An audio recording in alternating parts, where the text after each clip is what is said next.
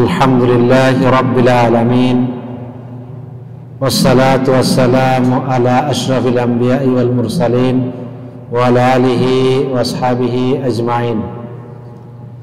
আউযু বিল্লাহি মিনাশ শাইতানির রাজীম। বিসমিল্লাহির রহমানির রহিম। আলহাকুমুত তাকাসুর হাত্তা যুরতুমুল মাকাবির কাল্লা সাওফা সূরা তাকাসুর কোরআনুল কারীমের 102 নম্বর সূরা। সূরাটি ইবনে আব্বাস রাদিয়াল্লাহু আনহু বলতেছেন যে মক্কি সূরা। এই সূরায় 8টি আয়াত আছে, 28টি শব্দ এবং 112টি বর্ণ।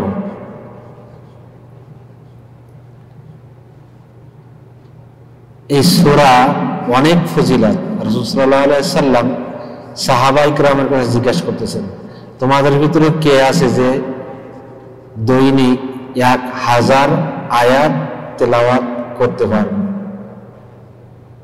সাহাবায়ে কেরাম বলতেছে যে এটা তো আমাদের পক্ষে সম্ভব না, কিভাবে আমরা করতে পারি?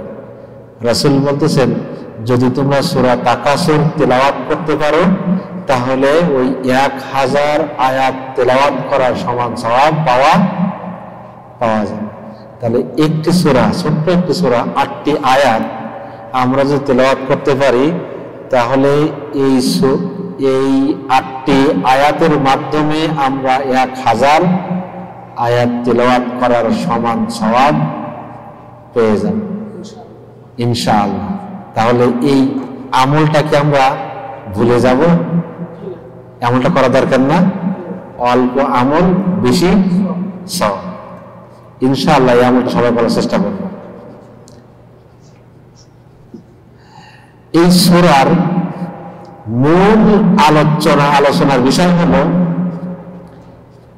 মনে হচ্ছে কোন এক ব্যক্তি যেন উঁচু পাহাড়ের উপরে দাঁড়িয়ে উচ্চ কণ্ঠে চিৎকার করে করে ওই সকল লোকদেরকে ডাকতেছে যারা এই দুনিয়াতে অলস,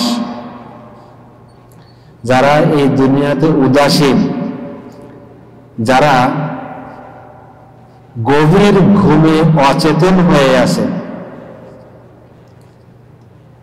জাহান্নামের কিনারায় পৌঁছেও চোখ বুজে বসে আছে।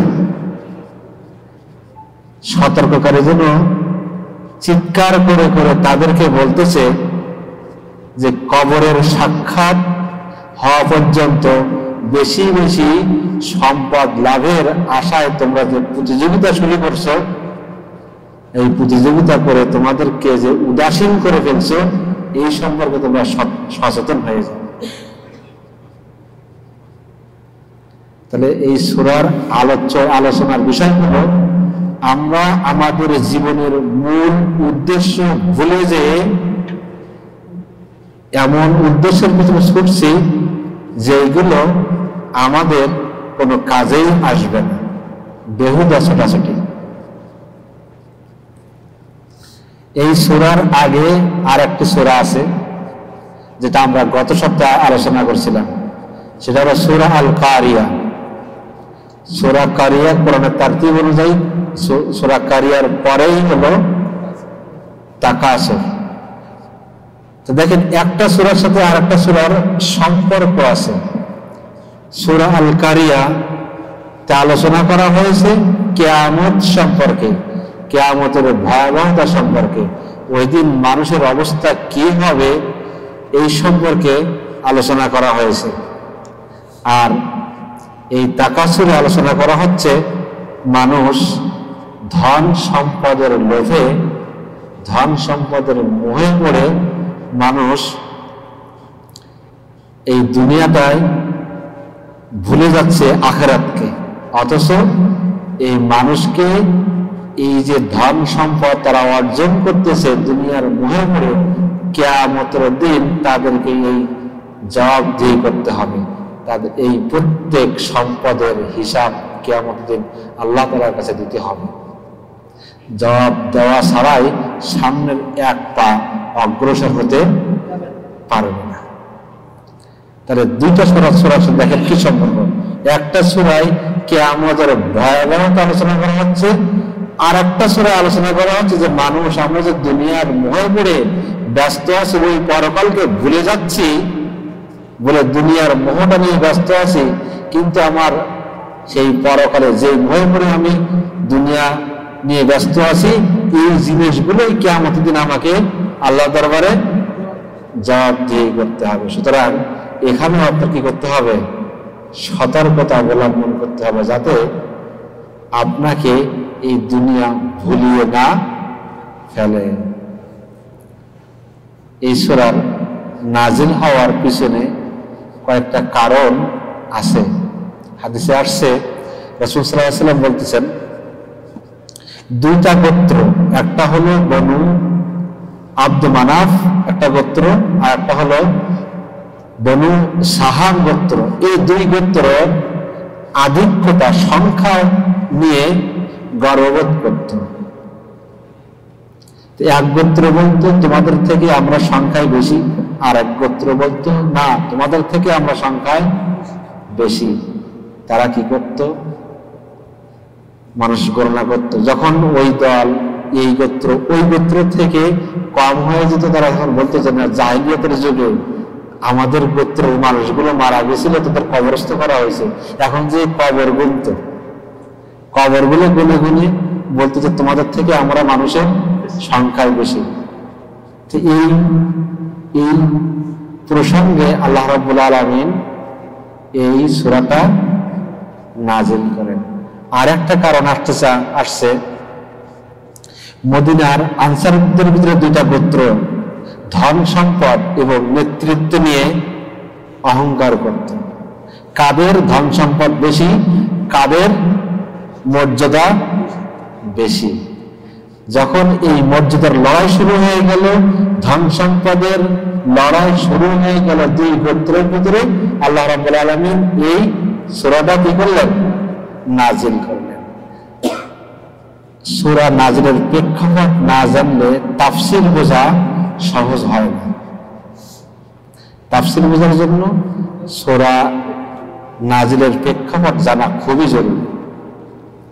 এরপর আসেন, দেখেন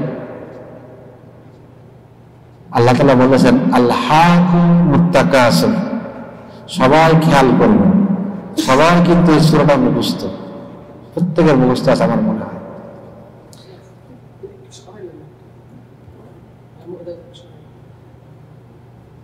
তাহলে আল্লাহ তাআলা প্রথম আয়াতে বলতেছেন, কি বলতেছেন? মুত্তাকাসির। অর্থ হলো কি? মানুষ, এর সার্বিক অর্থ এটাই বোঝায় যে অধিক সম্পদ লাভের প্রতিযোগিতায় তোমাদেরকে এই দুনিয়া থেকে গাফিল করে ফেলছে। অধিক সম্পদ, আমরা সম্পদ লাভের জন্য, কিন্তু সম্পদ অর্জন করার জন্য সবাই কিন্তু ব্যস্ত আছে। দুনিয়াকে ভুলে গেছি, আখিরাতকে ভুলে যে শুধু সম্পদের পিছনে ছুটতেছি, তাই না? এখন দেখেন আল্লাহকুম, এই শব্দটায় মূল শব্দ ছিল আল্লাহুন, তারপরে হলো কুম। দুইটা জিনিস, দুইটা মিলে একটা শব্দ হয়েছে এখানে। দুইটা মিলে আল্লাহুন এবং কুম। কামটা হলো সর্বনাম, বহু মানুষের ক্ষেত্রে ব্যবহৃত হয়। তোমরা, আমরা, তোমাদেরকে, কুম কাম। লাহুন শব্দটি এর মূল শব্দ হল লাম এবং হা। লাম এবং দুইটা শব্দ, ওয়াও এখানে আসছে জায়েদা। এই লাহুন শব্দের শাব্দিক অর্থ হল বিনোদন করা। বোঝা যাচ্ছে? লাহুন শব্দের শাব্দিক অর্থ হলো কি করা? বিনোদন করা, বেখেয়ালিপনা করা, আত্মভোলা, কোন বিষয় সম্পর্কে গভীরভাবে চিন্তায় মগ্ন থাকা। একটা বিষয় নিয়ে চিন্তা করতেছেন, গভীরভাবে চিন্তা করতেছেন, আত্মভোলা, বেখেয়ালি হয়ে যাবে, খেয়াল নাই। চিত্ত বিনোদন, বিনোদন করা, আত্মভোলা, লাহুন শব্দের শাব্দিক অর্থ। আল্লাহ রাব্বুল আলামিন বলতেছেন আন্নামা আমওয়ালুকুম ওয়া আওলাদুকুম ফিতনা। ফিতনা কি জিনিস? দুইটা জিনিস। কি কি? সম্পদ এবং সন্তান। আল্লাহ তাআলা বলেছেন যে আপনারা জেনে রাখুন যে এই দুনিয়ার জীবনীতে, দুনিয়ার জিন্দেগিতে খেয়াল তামাশা ছাড়া আর কিছু না, চিত্ত বিনোদন ছাড়া আর কিছুই নাই এই দুনিয়া। তাহলে এই দুনিয়াটা হলো খেয়াল তামাশার জায়গা, বিনোদনের জায়গা। সবাই কিন্তু আমরা বিনোদন করতেছি, বিনোদনের ভিতরে কিন্তু সবাই আছি। অর্থাৎ আপনাকে আমাকে এমন কিছু জিনিসে ব্যস্ত রাখছে যাতে করে আমাদের যে জিনিসটা নিয়ে চিন্তা করা উচিত ছিল সেটা আমরা কি বেমালুম ভুলে গেছি, ওইটা নিয়ে কি চিন্তা করি না। আর এই ভুলে যাওয়াটাই হলো আসল বিনোদন। বুঝেন নাই? যে জিনিসটা আপনাকে আমাকে চিন্তা করার দরকার ছিল, আমরা সবাই কিন্তু সেই জিনিসটা ভুলে গেছি। বিনোদন করতেছে সবাই, কারণ যার ইচ্ছা যেটা তাই করতেছি। বিনোদনের কেন্দ্রে সবাই কিন্তু তার ইচ্ছা অনুযায়ী যেটা মনে হয় তাই করে। আমরা কিন্তু সেই জিনিসগুলোই করতেছি। আপনার মনে যা আসতেছে তাই করতেছেন, আমার মনে যা আসছে তাই করতেছি। যে জিনিসগুলো করার দরকার ছিল ওই থেকে কি দূরে আছে। আর এই বিনোদনটা হলো মূলত সময় অপচয়। আপনার আমার জিন্দেগিতে দেখেন, সেই সকাল থেকে এখন সন্ধ্যা পর্যন্ত এই যে টাইমটা পার করে ফেললাম, কতটুকু সময় আমরা কাজে লাগাইছি আর কতটা সময় আমরা অপচয় করছি। তাই গল্প করে হোক, আর ইউটিউব দেখে হোক, মোবাইল দেখে হোক, অথবা যে কোনো ভাবে হোক না কেন, অপচয় করতেছি।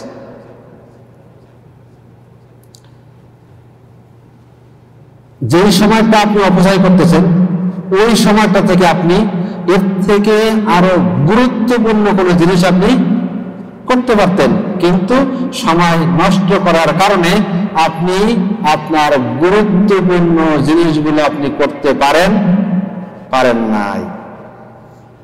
সুতরাং আপনি আমি সবাই বিনোদনের ভিতরে ডুবে আছি। আর এই বিনোদনের ভিতরে ডুবে থাকার কারণে সময়টা আমাদের থেকে হারিয়ে চলে যাচ্ছে। আমরা কিন্তু বেমালুম ভুলে যাচ্ছি। এই যে ভুলে যাওয়া, বিনোদন করা, সময় অপচয় করা, এটাই হলো কি লাহন, চিত্ত বিনোদন করা। আর একটা শব্দ আছে আলহা। আলহা শব্দটি বোঝায় ভ্রান্ত, বিভ্রান্ত হয়ে যাওয়া।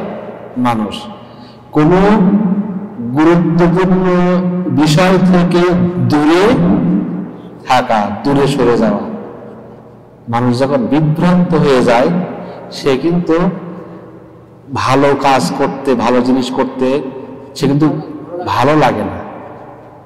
সুতরাং বোঝা যায় যে বিষয়টি আপনাকে বিভ্রান্ত করতেছে সেইটা হলো কম গুরুত্বপূর্ণ আপনার কাছে, আর আপনি যা থেকে দূরে সরে আসেন সেটাই কিন্তু বেশি গুরুত্বপূর্ণ ছিল আপনার জীবনে, আমার জীবনে।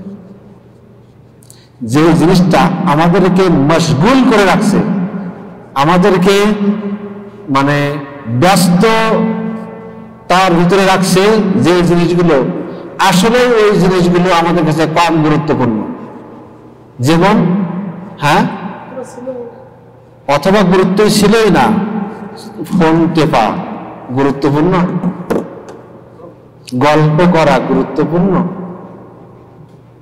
অথচ আপনি এই সময়টা জিকিরে কাজে লাগাইতে পারতেন। এটা গুরুত্বপূর্ণ না?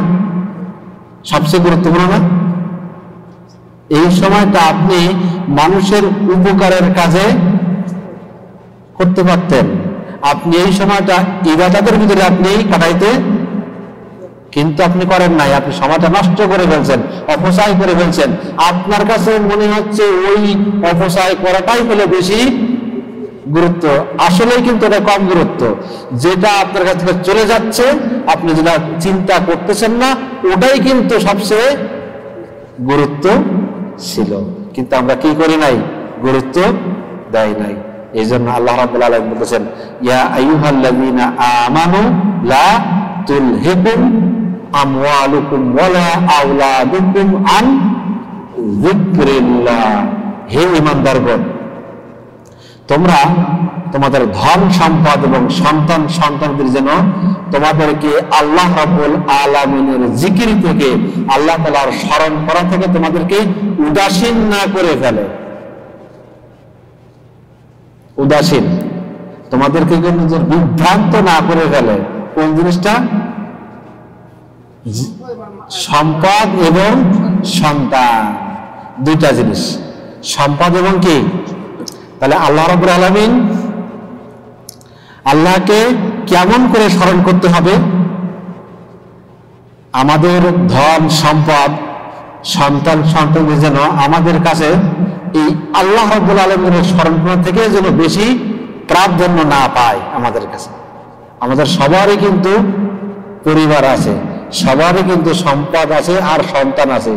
এই জিনিস দুইটা আমাদেরকে মশগুল করে রাখতেছে, যাতে আমরা আল্লাহকে স্মরণ করতে না পারি। তাই আল্লাহ তাআলা বলতেছে যে তোমাদেরকে এই দুইটা জিনিস যেন মশগুল করে না রাখে আমার স্মরণ করা থেকে। তোমাদের দিন করতে হবে, কিন্তু আমাকে স্মরণ করতে হবে। কাকে স্মরণ করতে হবে? সব সময় স্মরণ কাকে করতে হবে? আল্লাহ তাআলা করতে হবে। আল্লাহকে যেন আমরা ভুলে না যাই। অথচ ফলাফলটা কি দাঁড়াচ্ছে? আমরা সবাই কিন্তু আমাদের এই সম্পদ আর সন্তান নিয়ে ব্যস্ত আছি, আল্লাহ তাআলাকে বেমালুম ভুলে গিয়েছি। আল্লাহকে স্মরণ করতেছি? যদি আল্লাহ তাআলাকে স্মরণ করতাম, তাহলে পাপ কাজ আপনার আমার দ্বারা হতো না, হতো? তাহলে বোঝা যায় আমি পাপ কাজ করতেছি, আমি আল্লাহকে স্মরণ করতেছি না। যদি আমার স্মরণ থাকতো যে আল্লাহ তাআলা দেখতেছেন, আমি কি জিনা করতে পারতাম, আমি কি মিথ্যা কথা বলতে পারতাম, আমি কি সিগারেট খাইতে পারতাম, তামাক খাইতে পারতাম, মিথ্যা কথা বলতে পারতাম, মানুষের ফাঁকি দিতে পারতাম, হক ফাঁকি দিতে পারতাম না। তাহলে বোঝা যাচ্ছে আমি আল্লাহকে কি করতেছি না, স্মরণ করতেছি না। আমি আমার এই সম্পদে আর সন্তানে আমি ব্যস্ত আছি, ডুবে আছি।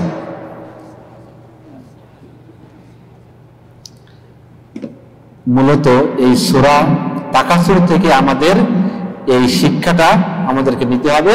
সেই শিক্ষাটা হলো কি, আমাদের সন্তান আর সম্পদ যেন আমাদেরকে আল্লাহ তাআলার স্মরণ করা থেকে ভুলিয়ে না রাখে। এই সূরার শুরুতে একটা অভিযোগ করা হয়েছে, সেটা হলো কি, আমরা বিভ্রান্তের মধ্যে আছি, চিত্ত বিনোদনের ভিতরে আমরা ডুবে আছি। আমাদের যেদিকে মনোনিবেশ করা বা কথা ছিল, আমরা সেদিকে মন দিচ্ছি না। তাহলে আল্লাহকুম, এটা আমাদেরকে কি করতেছে, বিভ্রান্ত করতেছে, আমাদেরকে ভুলিয়ে রাখতেছে, আমাদেরকে দূরে সরায় রাখতেছে। কিসের থেকে? এটা তো অন্য আয়াতে আসছে, কিন্তু এই আয়াতে তো আল্লাহ তাআলা বলেন নাই আল্লাহকুম।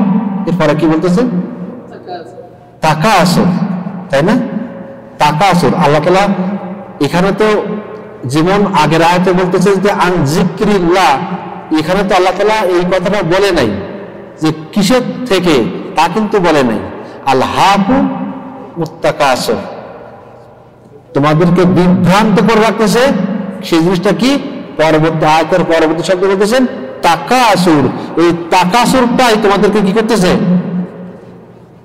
বিভ্রান্ত করে রাখতেছে, তোমাদেরকে ভুলিয়ে রাখতেছে। তাহলে এখন তাকাসুর সম্পর্কে আমাদের জানা খুবই জরুরি। কি আসলে তাকাসুরটা কি? তাকাসুরটা আমরা জানতে পারলে তখন আমাদের কাছে কি হবে? স্পষ্ট হবে, ক্লিয়ার হবে। আল্লাহ তাআলা কিন্তু নির্দিষ্ট করে বলেন নাই যে এই জিনিস সম্পর্কে, এই জিনিসটা আমাদেরকে কি করতেছে? বিভ্রান্ত করতেছে, তোমাদেরকে বলে রাখতেছে। আল্লাহ তাআলা নির্দিষ্ট করে কাসরা, কাসরা মানে হলো অনেক, বহু, তাকাসুর হলো আধিক্য। তাহলে তাকাসুর শব্দের শাব্দিক অর্থ হলো অনেক বিষয়, একটা দুইটা বিষয় না। আগের আয়াতে যেমন আল্লাহ তাআলা নির্দিষ্ট করে দিয়েছেন আন যিকরিল্লাহ, আল্লাহ তাআলার স্মরণ করা, নির্দিষ্ট একটা বিষয় আল্লাহ তাআলা স্মরণ করে দিয়েছেন, নির্দিষ্ট করে দিয়েছেন। কিন্তু এই আয়াতে, এই সূরার শুরুতে আল্লাহ তাআলা কি করেন নাই? নির্দিষ্ট করে নাই। আল্লাহ বলছেন তাকাসুর। তাকাসুর শব্দের শাব্দিক অর্থ হলো অনেক, বহু, আধিক্য বোঝায়, অনেক সংখ্যাকে কি বোঝায় তাকাসুর। তাহলে তাকাসুরের অনেকগুলো অর্থ হতে পারে। প্রথম অর্থ হলো অনেক কিছু পাওয়ার লোভ। তাকাসুর শব্দের প্রথম অর্থ হলো অনেক কিছু পাওয়ার লোভ। এটা আপনার হতে পারে, আমার হতে পারে, আরেকবার হতে পারে, সবার হতে পারে, সবার ভিতরে এই জিনিসটা কাজ করে। তাকাসুর মানে হলো অনেক কিছু পাওয়ার লোভ, অর্থাৎ অনেক কিছু পাওয়ার লোভে, অনেক কিছু পাওয়ার লোভটাই তোমাকে কি করছে? বিভ্রান্ত করে ফেলছে। তোমাকে এই লোভটাই তোমাকে আল্লাহ তাআলার জিকির থেকে, আল্লাহ তাআলার ইবাদত করা থেকে, আল্লাহ তাআলার অনুসরণ করা থেকে তোমাকে কি করছে? দূরে সরিয়ে রাখছে। যেমন আমি যদি বলি, আপনি সব সময় ভাবেন যে আপনার কাছে যে সম্পদ আছে এটা আপনার জন্য কি নয়? যথেষ্ট নয়, যথেষ্ট পরিমাণ নয়, আমার আরো দরকার, আমার আরো চাই। আমার আয় করে একটা বাড়ি কিনছি, আমার আর একটা বাড়ি দরকার। আমি একটা গাড়ি কিনছি, আমার আর একটা গাড়ি, আমি একটা আইফোন কিনছি, আমার আর একটা আইফোন দরকার। আমার একটা ব্যবসা আছে, আমার আর একটা ব্যবসা দরকার। সব সময় আপনি আমি অনেক বেশি পাওয়ার আশায় ব্যস্ত থাকি, তাই না? সবার কাছে এই জিনিসটা আছে না? দেখেন বন্ধু, প্রত্যেকে আমরা যারা আছি এখানে সবার কাছে এই জিনিসটা আছে। আমরা সবাই কিন্তু দেখেন একটা বাড়ি করে ফেলছি, আর একটা বাড়ি করার ওই আশায় তো আবার টাকা আয় করতেছি, তাই না? একটা ব্যবসা, একটা গরুর ফার্ম দিছি, এখন আর একটা ফার্ম দেওয়ার জন্য টাকা জমাচ্ছি, সঞ্চয় করতে, তাই না? তাহলে আমাদের প্রত্যেকের কিন্তু এখানে বেশি বেশি পাওয়ার আকাঙ্ক্ষা আছে, বেশি বেশি পাওয়ার লোভটা আমাদের সবার কাজ করতেছে। এই লোভটা আমাদেরকে কি করতেছে? আমাদেরকে মশগুল রাখতেছে, আমাদেরকে ব্যস্ত রাখতেছে। আর তখনই আপনি আপনার গুরুত্বপূর্ণ বিষয়গুলো, যে গুরুত্বপূর্ণ ভাবনা আছে, ওই ভাবনা থেকে আপনি কি করতেছেন? উদাসীন হয়ে গেছেন, বেমালুম আপনি কি করতেছেন? ভুলে গেছেন। আপনার এই অধিক সম্পদের লোভটাই, অধিক সম্পদ পাওয়ার আশাটাই আপনার মূল চিন্তাকে ভুলিয়ে রাখতেছে। তাহলে তাকাসুরের প্রথম অর্থ হলো কি? অধিক পাওয়ার আশা, অধিক পাওয়ার লোভ মানুষের ভিতরে কি হওয়া? তৈরি হওয়া। তাকাসুরের দ্বিতীয় অর্থ হলো অনেক কিছু পাওয়ার আশায় প্রতিযোগিতা করা। একজন আরেকজনের সাথে প্রতিযোগিতা করতেছে অনেক কিছু পাওয়ার আশায়। কোন বস্তু বেশি বেশি পাওয়ার আশায় একে অপরের সাথে প্রতিযোগিতায় লিপ্ত হয়ে যাওয়া। অর্থাৎ দেখেন, প্রথম অর্থটা ছিল কি? নিজের জন্য অনেক বেশি চাওয়া। আর দ্বিতীয় অর্থটা হচ্ছে অনেক কিছু পাওয়ার আশায় অন্যের সাথে কি করা? প্রতিযোগিতা করা। প্রথমতটা নিজে বেশি আয় করব, নিজেই অনেক বাড়ির মালিক হব, নিজেই অনেক গাড়ির মালিক হব, এই জন্য নিজের প্রতি একটা লোভ তৈরি হওয়া। দ্বিতীয় অর্থটা হলো এই যে অনেকগুলো জিনিস পাবার আশায় অন্যের সাথে প্রতিযোগিতায় নামা। কেমন সেটা? যেমন আপনি বলতেছেন আপনার কলিগ তার জবটা আপনার জবের থেকে ভালো, আপনার তখন চিন্তা যে না ও ভালো জব করে, খালিদ সাহেব একটা ভালো জব করে, তাহলে আমাকেও খালিদের থেকে ভালো জব করতে হবে। বুঝতে পারছেন? আমার একটা গাড়ি আছে, তাহলে আমার গাড়িটা BMW গাড়ি, তো ওর গাড়িটা আমার থেকে আরো সুন্দর, আরো লেটেস্ট মডেলের গাড়ি, তাহলে ওর গাড়ির থেকে আমার আর একটা সুন্দর গাড়ি কিনতে হবে। আমার বাড়িটা পুরাতন হয়ে গেছে, ওর বাড়িটা নিউ মডেলের, তাহলে আমাকেও একটা নিউ মডেলের বাড়ি তৈরি করতে হবে। আমার সম্পদ একটা ব্যবসা আছে, ফ্যাক্টরি একটা আছে, হাফেজ সাহেবের 2টা ফ্যাক্টরি, তাহলে আমাকেও হাফেজ সাহেবের থেকে আরেকটা ফ্যাক্টরি বেশি করতে হবে। তাহলে আমি এখন আক্ষরিক অর্থে হাফেজ সাহেবের সাথে খালিদ ভাইয়ের সাথে প্রতিযোগিতা নামলাম না? নামতেছে কিনা? এই প্রতিযোগিতাটাই আপনাকে আমাকে আপনার আমার মূল চিন্তাধারা থেকে সরিয়ে দিচ্ছে। যখন এই প্রতিযোগিতা আপনার জেহেনের ভিতরে ঢুকে গেছে, তখনই আপনার মূল বিষয়টা আপনার থেকে দূরে সরে গেছে, আপনাকে ভুলিয়ে রাখছে। কোনটা? এই প্রতিযোগিতা। তাকাসুরের দ্বিতীয় অর্থ হলো কি? প্রতিযোগিতা করা। প্রথম অর্থ হলো কি? লোভ, দ্বিতীয় অর্থ প্রতিযোগিতা। আপনারা বুঝতেছেন আমার কথা? আজকে আসলে কি আলোচনা বুঝতে পারতেছেন? না বুঝলে কিন্তু মজা নাই।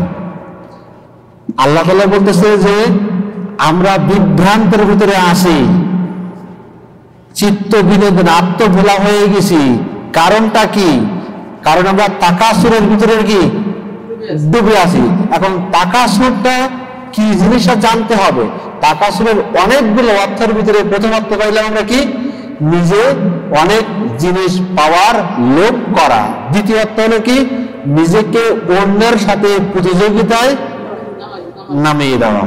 এই লোভ আর এই প্রতিযোগিতা আপনাকে কি করতেছে? আপনার মূল চিন্তা ভাবনা থেকে যে চিন্তা ভাবনাগুলো আপনার করার দরকার ছিল আপনার জীবনের সফলতার জন্য দুনিয়ায় এবং আখিরাতে, ওই মূল ধারা থেকে আপনাকে কি করতেছে? দূরে সরায় রাখে, আপনাকে ভুলিয়ে রাখে। এই দুইটা জিনিস। 3 নম্বর অর্থ হলো তাকাসুরের বেশি পাওয়ার কারণে অহংকার করা। আছে না আমাদের ভিতরে অহংকার?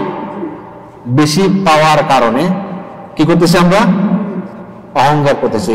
আর তাফাকুর বা তাকাসুর, আপনি তখনই অহংকার করতেছেন যখনই আপনার কি আছে? বেশি বেশি আছে, তখনই কি করতেছেন? আপনি অহংকার, গর্ব করতেছেন। অনেক থাকার কারণে আপনি নিজেকে অহংকারী মনে করতেছেন। অর্থাৎ যখন কেউ আপনার কাছে আসছে, কোন ব্যক্তি আপনার কাছে আসছে, খালিদ ভাই আপনার কাছে গেছে, যে আপনার সাথে কি করতেছে? গল্প করতেছে। গল্প করার মাঝেই উনি বলে বলতেছে, আমি তো নামি দামি একটা মাদ্রাসা থেকে কি হেফজ করছি। কথা বোঝেন? উনি খালিদ ভাই তার সাথে প্রাসঙ্গিক আলোচনা করতেছে। হঠাৎ করে উনি বলতেছেন যে আমি অমুক মাদ্রাসা থেকে কামাল পাস করছি, অমুক ইউনিভার্সিটি থেকে, নাম করা ইউনিভার্সিটি থেকে আমি কি গ্রাজুয়েশন করছি। আচ্ছা, কথা হলো খালিদ ভাই তো এই কথা জিজ্ঞেস করে নেই তার কাছে, তুমি কি পাস করছো না ফেল করছো, না তোমার কি ব্যাকগ্রাউন্ড, জিজ্ঞেস করে নেই। তাহলে আপনি তাকে বলতেছেন কেন? আপনার বলতে ইচ্ছা হয়েছে যে না, আমাকে এখন দেখাতে হবে যে না, আমি আমার সাথে কথা বলতে গেলে হিসাব করে বলো আমি কিন্তু অমুক জায়গায় গ্রাজুয়েশন করা। অহংকার হলো না? এটা অহংকার না? এটাই হলো অহংকার, যে আপনি ওই বিষয়ে আপনাকে জানতে চাচ্ছে না, জিজ্ঞাসা করে নাই, কিন্তু আপনি বলতেছেন আমি এই মাসে BMW গাড়ি কিনছি। সে তো জিজ্ঞাসা করে নাই যে তোমার গাড়ি আছে কি না আছে, বলতেছো তোমার তার সাথে আমি নিউ মডেল বাড়ি রেডি করে ফেলছি। এগুলো অহংকার না? উনি কিন্তু আপনাকে জিজ্ঞাসা করে নাই যে আপনার বাড়ি আছে, আপনার গাড়ি আছে, জিজ্ঞাসা করে নাই, আপনি নিজ থেকেই তাকে কি এই কথাগুলো আপনি বলতেছেন। এটাই হলো তাকাসুর, এটাই হলো অহংকার। আপনার নিজের ভিতরে আপনার অনেক সম্পদ আছে, বাড়ি আছে, গাড়ি আছে, আপনার ইলম আছে, আপনি গ্রাজুয়েশন করছেন অনেক নামি দামি ইউনিভার্সিটি থেকে, আপনার সামনে লোকটা বসে আছে, আপনি বলতেছেন, মনে করতেছেন তার তুলনায় আমি অনেক বড়, তাই আপনি আপনার অহংকারটা প্রকাশ করলেন তার সামনে। এটাই তাকাসুর। তাহলে অনেক থাকার কারণে আপনার মনের ভিতরে আপনার অহংকার কি হলো, পয়দা হলো, সৃষ্টি হলো, অহংকার প্রকাশ পেয়ে গেল। এটাই হলো মূলত কি তাকাসুর। সুতরাং এই অহংকারটাই আপনাকে ভুলিয়ে দিয়েছে আপনার জীবনের মূল ধারাকে। যখন বলা হচ্ছে যে আপনাকে ভুলিয়ে দিয়েছে, ভুলানো হয়েছে, দূরে সরিয়ে রাখছে, তাহলে স্বাভাবিকভাবে একটা প্রশ্ন চলে আসে, কিসের থেকে ভুলিয়ে রাখা হয়েছে, তাই না? যদি আমি বলি যে আপনাকে ভুলিয়ে রাখা হয়েছে, তাহলে আপনি আমাকে প্রশ্ন করবেন কিসের থেকে ভুলিয়ে রাখা হয়েছে, কিসের থেকে দূরে রাখা হয়েছে। এখন আমি কোন কাজ করতে ভুলে গিয়েছি? আমি কি আজকে স্কুলে যাই নাই? আমি কি আমার কবিরের কাজ করি নাই? আজকে কোন কাজটাকে আমাকে আল্লাহ তাআলা নির্দিষ্ট করে বলতেছে না যে এই কাজটাতে তোমাকে ভুলিয়ে রাখা, তা কিন্তু বলেন আল্লাহ তাআলা। আল্লাহ তাআলা বলছেন তাকাসুর। তাহলে ভুলিয়ে রাখছে ওখানে কি জিনিস, কোন জিনিস আল্লাহ তাআলা নির্দিষ্ট করে বলে নাই, আল্লাহ তাআলা বলছেন শুধু তাকাসুর। এখন তাকাসুর যখন বলছে, তা এই নির্দিষ্ট করে যখন বলেন নাই, সুতরাং বোঝা যাচ্ছে তাকাসুর অনেক জিনিস। তিনটা অর্থ আমরা কি এখন পাইলাম। আল্লাহ তাআলা বলেন নাই কোন জিনিস সম্পর্কে, আন আইয়ি শাইইন, কোন জিনিস তোমাকে কি করছে, ভুলিয়ে রাখছে, এই জিনিসগুলো আল্লাহ তাআলা বলেন নাই। বরং আল্লাহ রাব্বুল আলামিন এই আয়াতে আলহাকুমুত তাকাসুর, এই আয়াতে আল্লাহ রাব্বুল আলামিন যেই জিনিসগুলো আপনাকে ভুলিয়ে রাখছে এটা উন্মুক্ত করে রাখছে। কারণটা কি?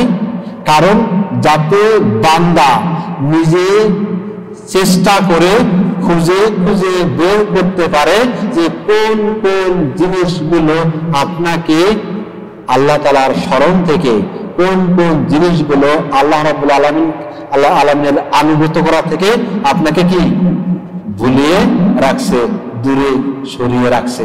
আল্লাহ চান আপনি নিজেই চেষ্টা করে খোঁজ করে বের করেন। এই জন্য আল্লাহ রাব্বুল আলামিন এখানে নির্দিষ্ট করে বলেন নাই। বোঝা যাচ্ছে? যেমন আল্লাহ তাআলা আগের আয়াতে বলতেছেন যে আমওয়ালুকুম ওয়া আওলাদুকুম আন যিকরিল্লাহ, আল্লাহ তাআলার স্মরণ করা থেকে দূরে সরে রাখছে। কিন্তু এই সূরাতে আল্লাহ তাআলা বলতেছেন না যে কোন জিনিসটা তোমাদেরকে বিভ্রান্ত করে রাখতেছে, তোমাদেরকে ভুলিয়ে রাখতেছে, তোমাদের বেখেয়াল করে রাখতেছে, কোন জিনিসগুলো নির্দিষ্ট করে বলতেছে না। কারণটা আল্লাহ চান যে আমার বান্দা যেন নিজে নিজে খোঁজ করে বের করে সেই জিনিসগুলো কি কি। বোঝা যাচ্ছে? তাহলে আপনার আমার করণীয়টা কি? এখন খুঁজে বের করতে হবে আপনাকে আমাকে যে কোন জিনিসগুলো আমাদেরকে ভুলে রাখতেছে, সেই জিনিসগুলো আমাদের কি করতে হবে? খুঁজে বের করতে হবে। এখন এই প্রশ্ন হলো যে জিনিসগুলো আমাদেরকে কিসে আমাদেরকে ভুলে রাখছে, এর ব্যাখ্যায় মুফাসসিরুল কিরাম অনেক কথা বলছে। কিসে আমাদেরকে, কোন জিনিসগুলো আমাদেরকে ভুলিয়ে রাখছে? প্রথম মতামত হলো মুফাসসিরুল কিরাম বলতেছেন যে আপনাকে আমাকে সত্য থেকে দূরে রাখছে, সত্যকে ভুলে রাখছে, সত্যকে আপনার আমার সামনে আসতে দিচ্ছে না, সত্য থেকে আপনি আমি কি আছি, দূরে আছি। যা আমাদের সত্যের পথে ডাকে আমরা ওই সত্যের পথে যাওয়া থেকে কি উদাসীন, আমরা সত্যের পথে যাচ্ছি না। কিভাবে সেটা উদাহরণ দিলে বুঝবেন। যেমন কোন ভাই আপনাকে গুরুত্বপূর্ণ কোনো বিষয়ের জন্য ডাকতেছে, যেমন কোনো বলতেছে যে আসেন ভাই আজকে এখানে তালিম আছে, ডাকতেছে। আপনি তখন তাকে জবাব দিচ্ছেন, ভাই আপনি চলে যান, আমার একটু ব্যস্ত আছে,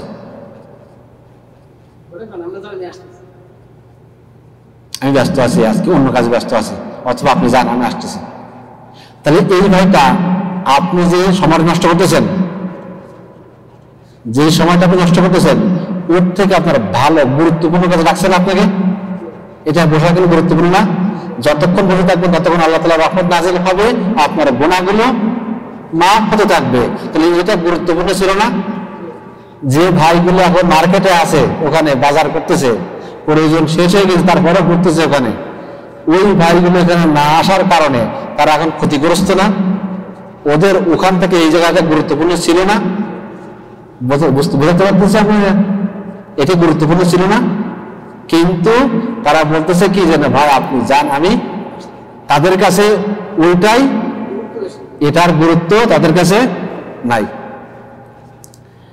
যেমন আমাদের হাফেজ সাহেব বলতেছেন যে কোনো ভাইকে, যে ভাই চলো আমরা একটু কোরআনটা শিখি, একটা সূরা মুখস্থ করি, সূরা ফাতিহাটা সহিভাবে তেলাওয়াত করা শিখি। আপনি বলতেছেন কি ঠিক আছে ভাই আপনি এখন যান, আমি একটু ব্যস্ত আছি, একটু পরে আসতেছি। আর ওই ব্যক্তি আপনাকে ভালো কাজে দিয়ে ডাকতেছিল না, আপনি আসছেন, বলতেছে কোনো ভাই চলেন আমরা একটা হাদিস মুখস্থ করি, ভালো কাজ না? না খারাপ কাজ? কোরআন তেলাওয়াত করা ভালো কাজ না খারাপ কাজ? কোরআনটা সহিভাবে পড়তে শেখা ভালো কাজ না খারাপ কাজ? তাও হাফেজ সাহেব ডাকতেছে আপনাকে যে ভাই আসেন, আপনাকে আমি তেলাওয়াতটা শিখাই দিব, আসুন। আপনি বলতেছেন যে ঠিক আছে আপনি যান, আমি একটু পরে আসতেছি। তাহলে আপনাকে এই সঠিক রাস্তায় আসা থেকে দূরে সরে রাখলো না? তাহলে প্রথম এই যে ভুলে যাওয়ার ব্যাখ্যা হলো সত্য থেকে কি করা, দূরে থাকা। এই সত্যটাই, সত্যের প্রতি উদাসীন হয়ে যাওয়া।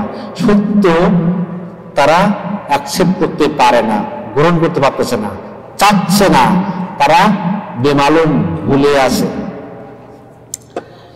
2 নম্বর অর্থ হতে পারে এরকম, নিজেকে ভালোভাবে দেখা থেকে ভুলে থাকা। একটু প্যাস মারানোর অর্থ, তাই না? বুঝতে হবে, ভালো করে বুঝবেন। প্রথম অর্থ হলো কি, সত্য থেকে কি করা, এটাই হলো কি আমরা ভুলে আছি। 2 নম্বর অর্থ হলো নিজেকে ভালোভাবে দেখা শুরু করা থেকে ভুলে থাকা। আপনি আপনার নিজের প্রতি খেয়াল করতে হবে না, কিন্তু ভালোভাবে নিজের প্রতি আপনি খেয়াল করেন না, করতেছেন না। আর সেটা হলো কি, কিভাবে সেটা? মুহাসাবার মাধ্যমে। মুহাসাবা বোঝেন নাকি? হ্যাঁ, মুহাসাবা করা, এটা আপনাকে নিজেকে দেখা থেকে কি ভুলিয়ে রাখে। এই মুহাসাবাটা যখন আপনি মুহাসাবা করবেন না, তখন আপনি দেখবেন ভুলে আছেন। মুহাসাবাটা কি, কখন করতে হয়? অনেক ভাই জানে, যারা সংগঠন করেন আলহামদুলিল্লাহ তারা জানেন। দেখেন মুহাসাবা করি না আমরা। আপনি যখন রাত্রে ঘুমাতে যাচ্ছেন, বালিশটা যখন মাথার নিচে দিলেন, তখন চিন্তা করেন ফজরের সময় উঠছেন, এই ফজর থেকে এখন যে রাত 11টা বাজে ঘুমাতে যাচ্ছেন, এই যে 12টা ঘন্টা আপনি সারাদিন ঘুরলেন, আপনি কয়টা ভালো কাজ করছেন, কয়টা খারাপ কাজ করছেন, কয় জায়গায় মিথ্যা কথা বলছেন, কয়টা সাদকা করছেন, কয় ওয়াক্ত সালাত আদায় করছেন জামাতের সাথে, কয়টা সাদকা করছেন, আপনি কতজন মানুষের উপকার করছেন। আপনি 1 সেকেন্ডের ভিতরে আপনার সামনে চলে আসবে না? তাহলে আপনি যদি এই মুহাসাবাটা করেন, আপনার সামনে লিস্টে চলে আসবে যে আজকে সারাটা দিনে আমি একটা মিথ্যা কথা বলে ফেলছি কোনো কারণে। তাহলে কালকে যখন আবার এটা রিপিট করবেন, তখন কালকে 2টা হয়ে যায় মিথ্যা কথা, তখন আপনার খারাপ লাগবে না? তখন আপনি এটা আপনি সংশোধন করে করা হয়, তো কতটা যে গুনাহ আপনার দ্বারা হয়ে যাচ্ছে আপনার কি মালুম আছে? বুঝতে পারতেছেন? কাউন্ট করতে পারতেছেন না। এই জন্য আপনাকে এই মুহাসাবাটা নিজেকে ভালোভাবে দেখার জন্য সাহায্য করে, সহযোগিতা করে। আমরা এই মুহাসাবা না করার কারণে নিজেকে ভালোভাবে দেখা থেকে ভুলে আসি, আমরা দূরে সরে আসি। বোঝা যাচ্ছে নাকি? তাহলে কি করতে হবে আমাদেরকে? সত্যের দিকে যদি কোনো মানুষ ডাকে, ওই পথ প্রত্যাখ্যান করা যাবে না। সত্যের আহ্বান যিনি করবেন তার ডাকে সাড়া দিতে হবে। নিজেকে ভালোভাবে দেখার জন্য প্রত্যেকটা দিন মুহাসাবা করতে হবে। আমার কথা বোঝা যাচ্ছে? আমরা দেখেন বিভ্রান্তের ভিতরে আছি। সেটা কি? আমাদের এই বিভ্রান্ত, আমাদের এই চাহিদা, আমাদের এই প্রতিযোগিতা আমাদের এই প্রশ্ন থেকে আমাদের সব সময় দূরে সরিয়ে রাখে যে আমি কেন এই পৃথিবীতে আসলাম। আপনার যে এই বিনোদন, সময়ের অপচয়, আপনার যে চাহিদা মতন আপনার চলাফেরা, এইগুলো আপনাকে কিছু প্রশ্ন থেকে আপনাকে দূরে সরাই রাখে। সে প্রশ্ন হলো কি? কেন আমি পৃথিবীতে আসলাম? কারণটা কি? চিন্তা করছেন? বলে দিন। কোনো ভাই চিন্তা করছেন যে কেন আল্লাহ তাআলা আমাকে এই দুনিয়ায় পাঠালেন? আল্লাহ তাআলা আমাকে পাঠালেন এই দুনিয়ায়, তা পাঠানোর পরে আমার কাজটা কি? চিন্তা করছে কোনোদিন? কোনো ভাই মুখে হাত দিয়ে বলেন তো দেখি যে কোনোদিন চিন্তা করছে কিনা যে আল্লাহ কেন আমাকে এই দুনিয়ায় পাঠালেন? আল্লাহ তো পাঠিয়েছেন আমাদেরকে, আমাদের আসলে মৌলিক কাজটা কি? আমরা কিসের পিছনে ছুটছি? কোন কাজটা আমাদের করা দরকার?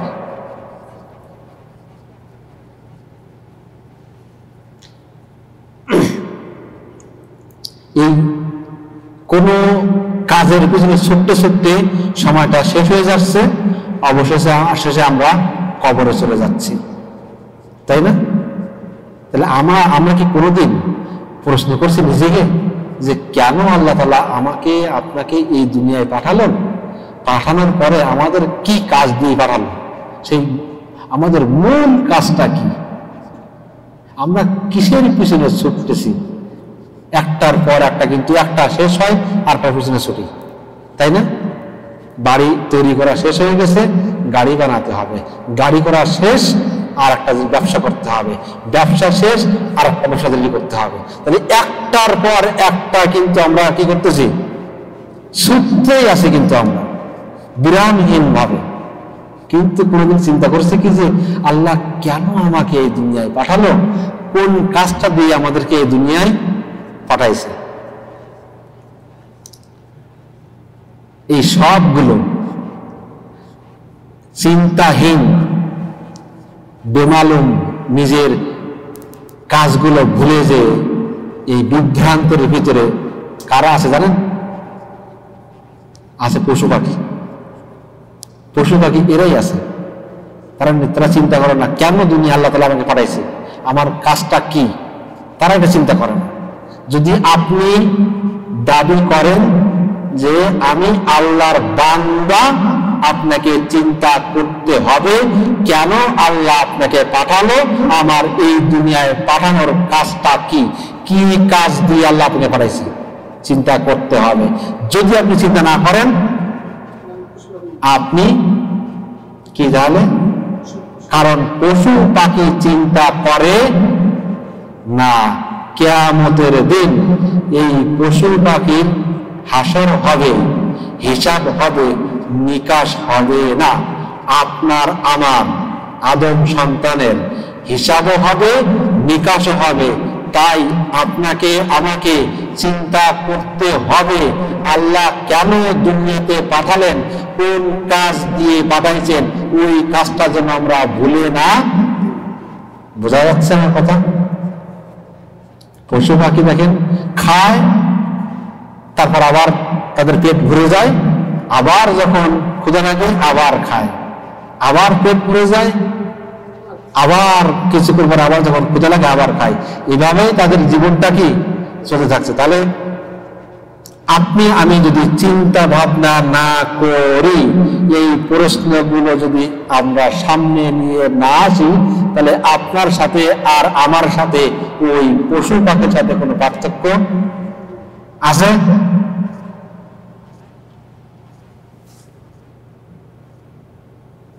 তাহলে আমাদের কি করতে হবে? কোন বিষয় চিন্তা করতে হবে?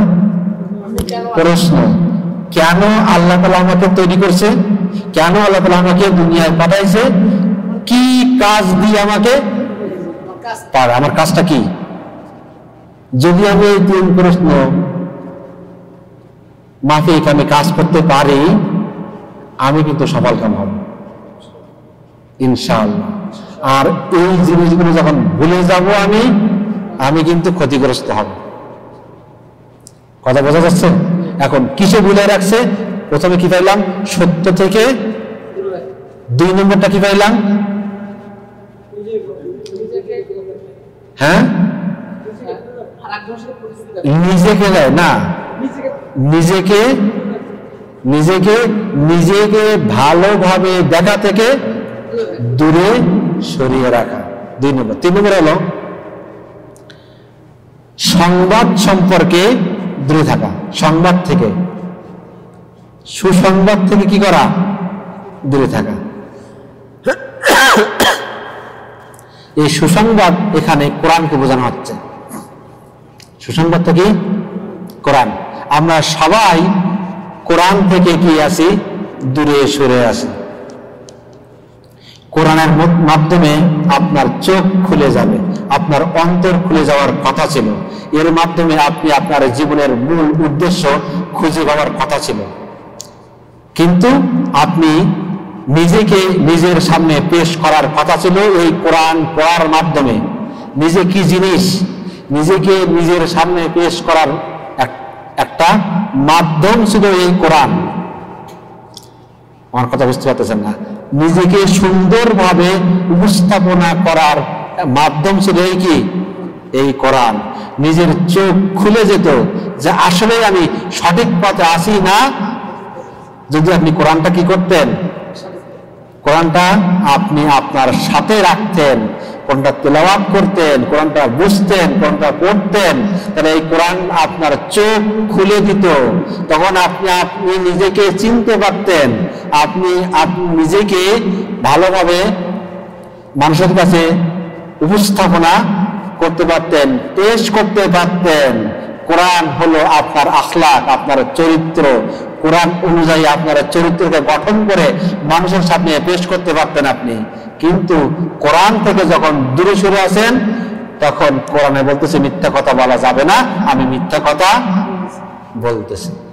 কোরআনে বলতেছে পাপ কাজ করা যাবে না, আমি পাপ কাজে ডুবে আছি। তাহলে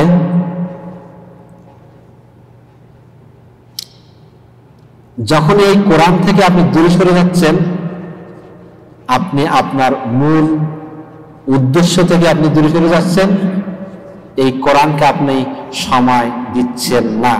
তাহলে আপনার এই 3 প্রশ্নের জবাবের জন্য আপনাকে কি করতে হবে?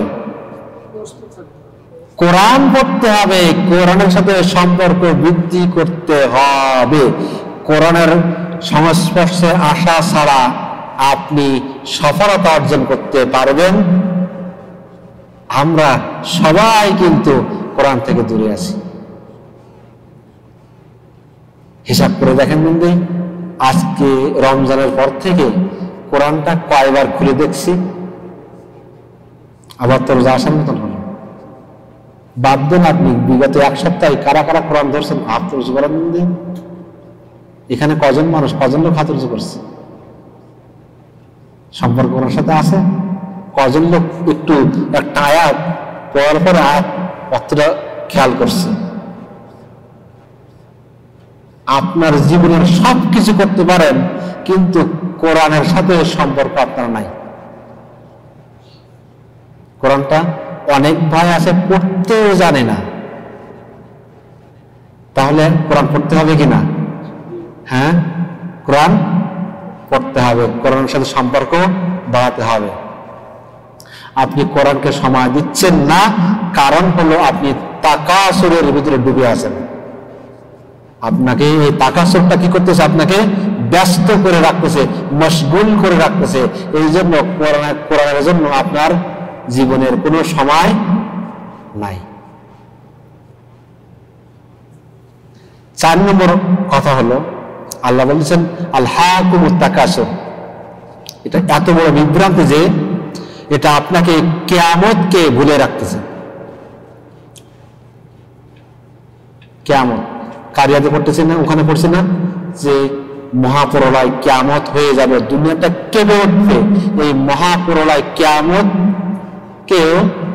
থেকেও কি আপনাকে আমাকে, এই যে কিয়ামত দিন যা ঘটবে, মানুষের পাহাড়গুলো পশমের মতো উঠতে থাকবে, ভয়াবহতা, তাই না?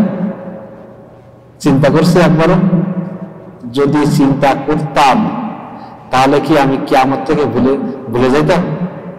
ভুলে যাইতাম না। তখন আমার দ্বারা আমলি কাজগুলো হতো, আমার দ্বারা পাপের কাজগুলো হতো না। এটাই বাস্তবতা, এটাই কথা, এটাই সত্য কথা।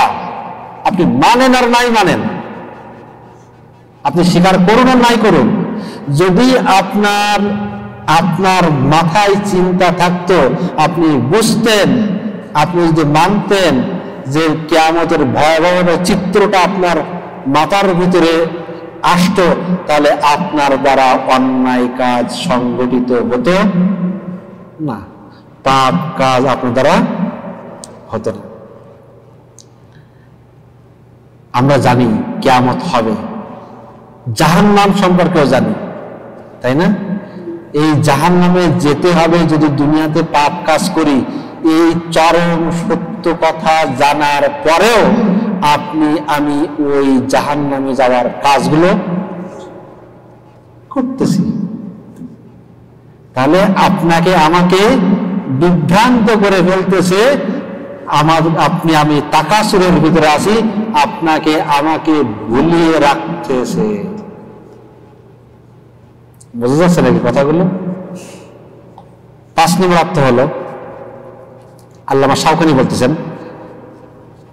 কার কি বেশি আছে, কার দুজন ভিতরে কার কোন জিনিসটা বেশি আছে, এইটা একে অপরকে দেখিয়ে বেড়ানো। আমি দেখাচ্ছি আপনাকে যে আমার এই জিনিসগুলো আছে। প্রতিযোগিতাটা হলো তো আপনার একটা সুন্দর বাড়ি আছে, ওর থেকে সুন্দর একটা বাড়ি আমি করবো, সেই জন্য এখন প্রতিযোগিতা নেমে নামা। আপনার চাকরি আছে, একটা ভালো চাকরি, আমাকে ওর থেকে ভালো চাকরি করতে হবে, ওই প্রতিযোগিতায় কি আমি নেমে গেছি। কিন্তু দেখাই না যে না, আমারটা সুন্দর জামা আছে, হাই-ফাই 500 টাকা দামের, আমি পরেই আপনার সামনে ঘুরতেছি। আমি আইফোন নিয়ে ঘুরি, 16 Pro Max নিউ মডেলের, নতুন আসছেন, নিউ ভার্সন, ট্রেনে ঘুরতেছি। আমি দেখাচ্ছি না, আমি দেখাই বেড়ান। যেমন আল্লাহ তাআলা বলতেছেন যে এই বিভ্রান্তিটা হলো, এই বিভ্রান্তিটা দুইটা জিনিসের মাধ্যমে প্রকাশ পায়। একটা হলো সম্পদ, আর একটা হলো কি আমওয়ালুকুম ওয়া আওলাদুকুম, সম্পদ আর সন্তান। বিভ্রান্ত বলতে কোরআনে আল্লাহ তাআলা সম্পদ আর সন্তানকে বোঝাইছেন। আল্লাহ বলছেন ওয়া তাকাসুরু ফিল আমওয়ালি ওয়াল আওলাদ।